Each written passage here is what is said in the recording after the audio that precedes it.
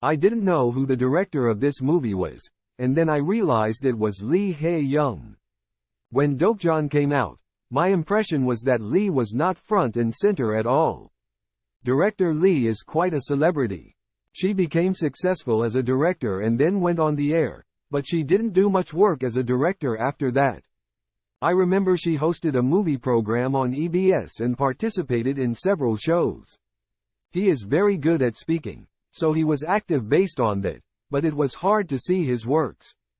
It's definitely not easy for a director who hasn't been successful in Korea to continue working.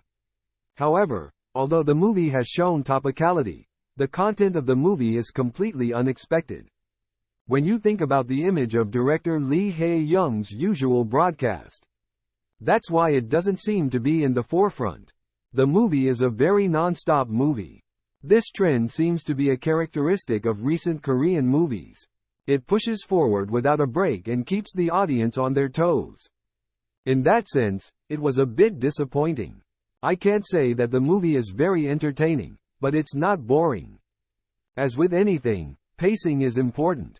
If you just keep pushing it, it won't feel strong at all later on.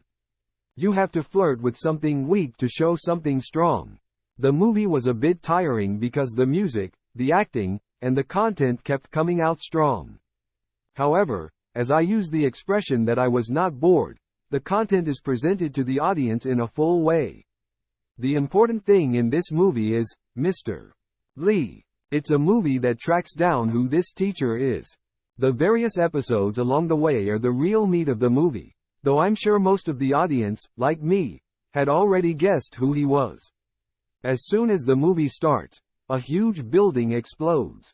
At this point, Kim Sung-rying appears, but she only leads the drama at the beginning and then leaves. That part was a bit disappointing. It's a bit disappointing that she seems like she's going to be a big part of the movie, but then she disappears as soon as she starts. From then on, there are two women in the movie, but I felt a little disappointed. Jin Seo-yeon as Boryong and Kong Sung-yeon as So-yeon, but Jin Seo-yeon is such an unusual character that she stands out. But she seems to be used as a bit of material, and Kong Sung-yeon is just like another detective. However, Jin Seo-yeon showed a lot of drugged-out behavior and idiocy, and Kong Sung-yeon seemed to be very faithful to his role as a cop. Every single character in the movie is incredibly tough. It's a feast of hard-hitting characters. Won-ho Jo Jin-won is hell-bent on catching Drive Lee, and Rak Ryu Jun-yeol is out for revenge, but he's the only calm one. In addition, Song Chong Park Hae-jun has been acting like a child from the beginning, and Brian Cha Sung-won is a chaebol who is running amok in the world. Then there's Jin Ha-rim Kim Joo-hyuk, a drug lord from Gyeong province who is almost as crazy. The movie progresses as these characters keep meeting and sparking each other. In the past, the use of guns in Korea was somewhat awkward. 10 years ago, it was said that shooting a gun was too unrealistic. Over time, guns have become less awkward in Korean movies. However, I still think it's a bit awkward and unrealistic to go beyond handguns to machine guns.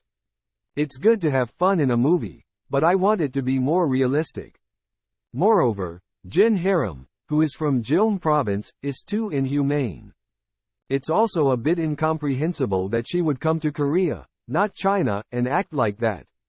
It's not easy to get into trouble here, no matter how high and long you fly. So you have to be careful. He's the head of the organization, but he's too much like a leader. Meanwhile, I liked the tension it created.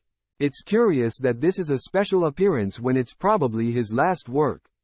He did give the most impressive performance.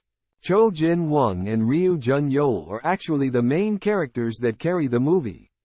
As we move forward, the movie continues to build excitement and create a sense that something is about to happen. It's a testament to the director that he was able to keep the tension up until the end. When it felt like something was going to explode every time a character was introduced. It would have been great to see Ryu Jun-yeol in a more subdued yet demonic role. The movie was quite interesting, focused, and fun to watch, but I can't help but feel disappointed. Especially the last scene. Sometimes, when the last scene comes out like a quadruped, I think the director's judgment is right when it's better if it wasn't finished earlier. In this movie, I had a strong feeling that the director tried to give too much fukashi in that part, and it was enough to end before that. That scene is an open ending, but it was already an open ending before that. I had fun watching the movie, following the actors' performances and the storyline. I was surprised to see that the movie was a bit stronger than the image of director Lee Hae-young. There are some scenes that are vaguely brutal, but there were a lot of people watching it, so we had a synergistic effect together. The movie makes me wonder if there really is such a place in Yongsan Station.